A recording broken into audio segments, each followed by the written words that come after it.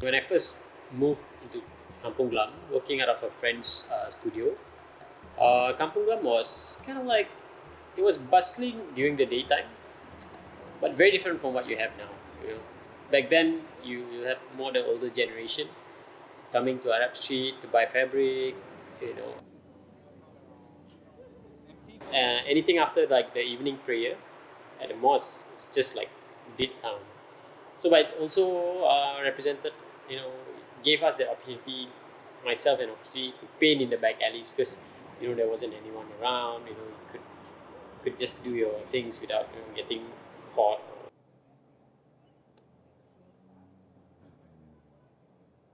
Kampong Gelam, though, that has changed over the years. From its days in the 70s, 80s, when it was filled with traditional crafts, cottage industries and bazaars, to what it is today, which is quite a hippie place with modern cafes. I used to do found objects, pick up like found furniture, paint on found furniture and put it back at the rubbish dump where it was pieces of sticker, big pieces of paper that I would paste in the middle of the road. I mean, street art, it's more diverse in that sense. But now what you see is only artworks painted on walls, which is essentially mural. When this whole place became commercialized, there were lots of restaurants. This whole back alley was filled with dustbins. But look at now, there are still dustbins, but the art itself have overshadowed the dustbins. Yeah, I mean, art can make the place different.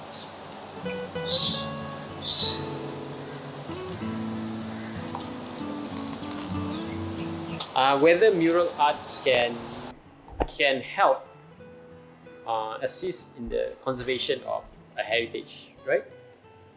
It depends on which part of the heritage we want to talk about, right? If you ask me to paint shop house on an existing shop house, does that make sense?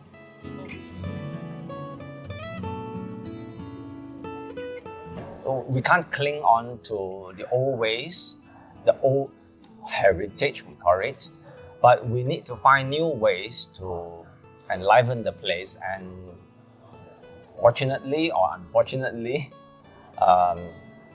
gentrification has to happen. For gentrification, I think many things play a part. Murals could be one reason, but not the most primary reason. I think the most important reason is the infrastructure.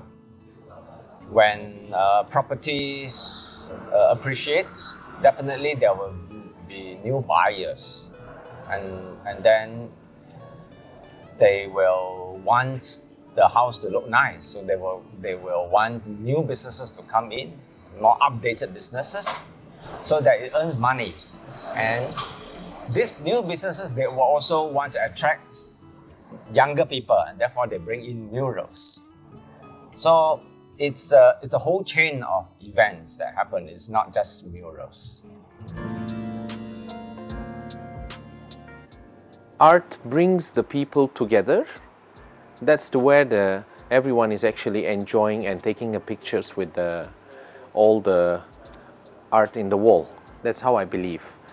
Because this is what I see brings the people together to Kampong Gelam. People appreciate murals and street art for various reasons. I think the younger generations definitely come here to patronize their favorite cafes, which has lots of colorful street arts, and they are able to post for Instagram.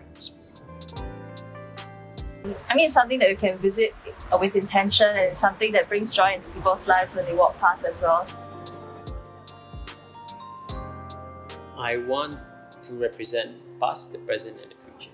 To me, it's always to find out like history, not only from one particular angle, but many particular angles, right? I mean, that's how I live my life as an artist as well. I want to understand more about the history of Singapore and how it's where we are now. Murals, especially those depicting the history and culture and tell stories. So it draws the interest of people to find out more. And as a result of that, more people get interested, even business owners start promoting it. One thing leads to another, the whole place comes alive with the stories of the place. Gentrification is unavoidable in districts like Kampong Gelam with lots of history and heritage and cultures. And I believe spaces change, and I think throughout time, we need to realize that this is something that's happening, right? And we must understand how this space changed from there to here and what it is now. The buildings might still be around because buildings are just like empty, hollow things without the humans, without the existence of people who create space, who create value for it. Why not bring out the actual stories of these people?